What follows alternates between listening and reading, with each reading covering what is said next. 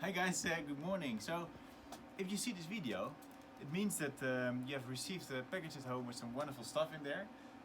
And among this stuff were of course the dried porcini, these bad boys. Now, I want to give you some inspiration on what you can actually do with these. And that's why today we're making a porcini risotto. To make a risotto, we need a little bit of olive oil, some butter, some white onion, of course, the porcini. Now, what is not happening very often, but I do it, is a little bit of garlic and a little bit of rosemary, just because it's a porcini risotto. You need some white wine, of course, and you need to have a big pot of some boiling stock, some boiling broth. Now, these porcini are dried. That means we have to soak them in lukewarm water. This is one of the first things you do, preferably like half an hour before you start cooking, an hour before you start cooking, because it takes quite a while. You don't need a lot of water. You set them aside. Then we need one white onion.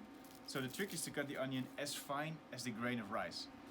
So I'll show you how to do that best. Of course, first you start with peeling the onion. Then you cut the onion in half like this. As you see, there is still some roots, so it keeps the onion together. Also, I see here this green part. It's nice to take it out because it has quite a strong flavor. You don't want that. Then you start with cutting the onion like this, sideways, twice only. Then top to bottom. All the sides you don't need. And then very thin slices. One of my secret ingredients to a porcini risotto is a little bit of garlic. Now, please don't tell this to any of my Italian neighbors because, yeah, in Italy it's garlic or onion. You don't use them both in one dish, but mushrooms with just a tiny bit of garlic is super great. I have quite a big glove, so I'm gonna cut it in half and use only half. And also here, there's this green thingy inside which I take out because it's a very strong garlic flavor, and then I just slice it very fine. Another secret ingredient, or you don't see standard in a porcini risotto, is a little bit of rosemary. Of course, rosemary with mushroom is is a wonderful combination as well.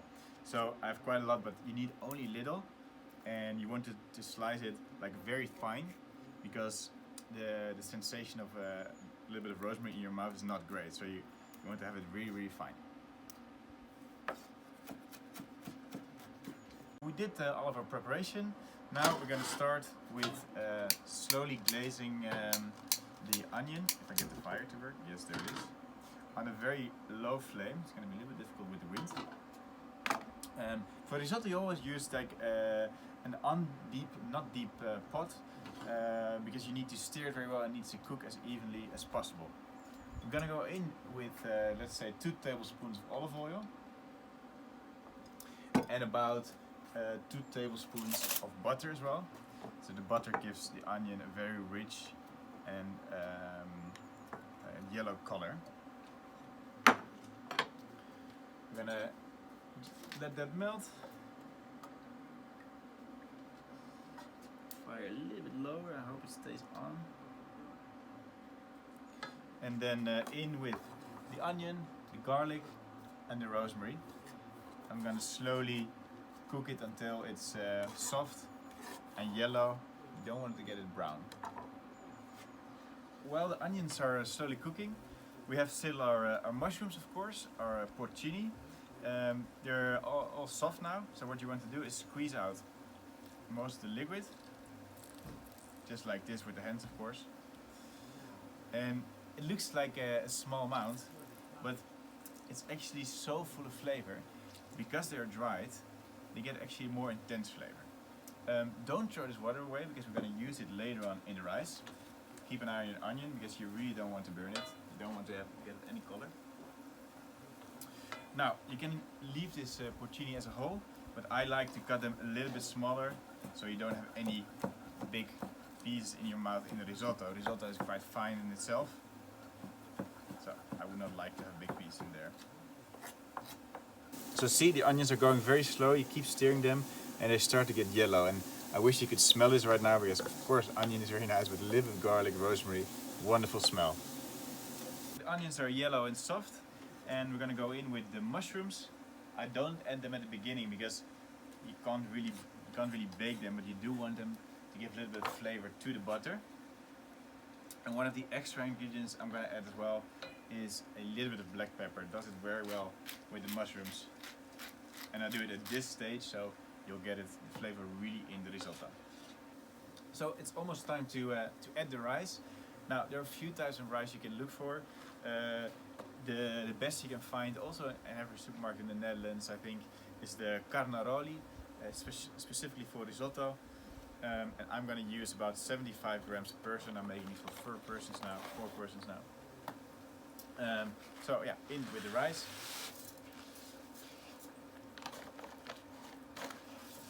And then you keep stirring it, and you're going to make the flame a little bit higher. Why? You want the rice grains to become super hot, because in a bit we're going to add some white wine, and you want the alcohol to evaporate as quick as possible. Don't be afraid to use a nice, good quality wine. I'm using a Vermentino now, which is made close to us in Arezzo. The rice grains are shiny, they're very hot, and then I'm going in with about a glass of wine.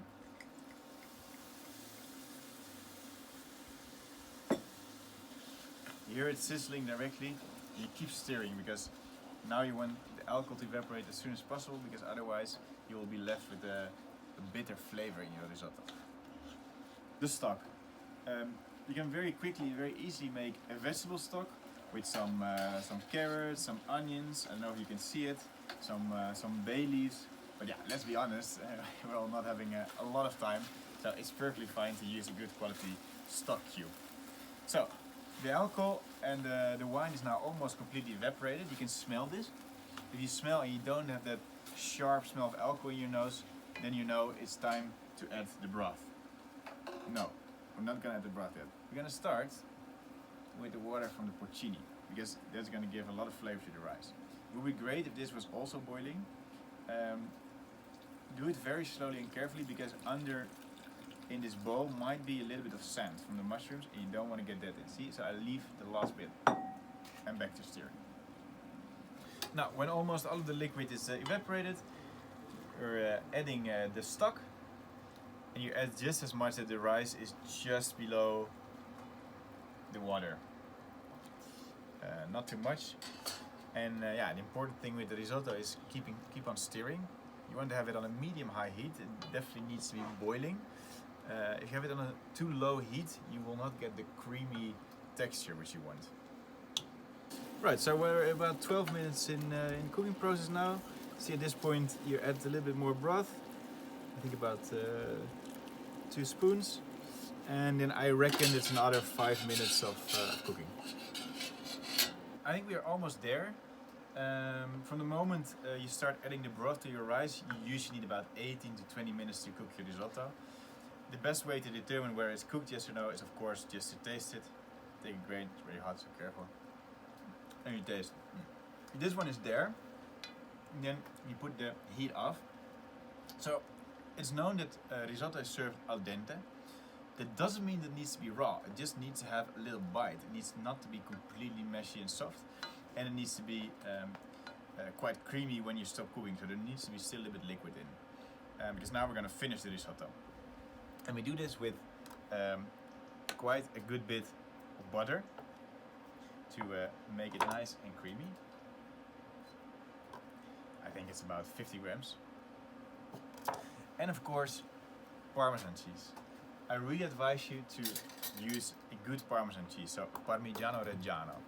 You can use Grana Padano, you can use cheese which are similar, but the Parmigiano Reggiano really gives a very interesting extra flavor to the risotto. I'm going to grate it directly in.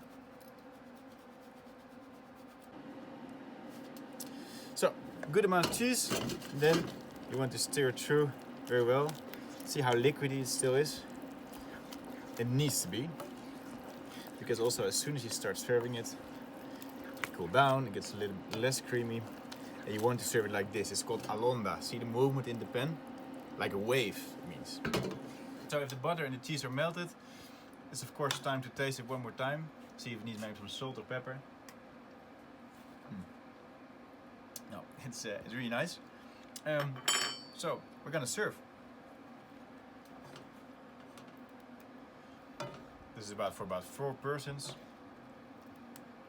Serve it in a deep bowl so it stays warm longer. Make it a little bit flat. A little bit of extra Parmesan cheese. And then this is my funghi porcini risotto. I hope you enjoyed it, and I definitely hope you try it out. You will find a more precise recipe in the package. And yeah, please enjoy. Well, it was not bad, I can tell you.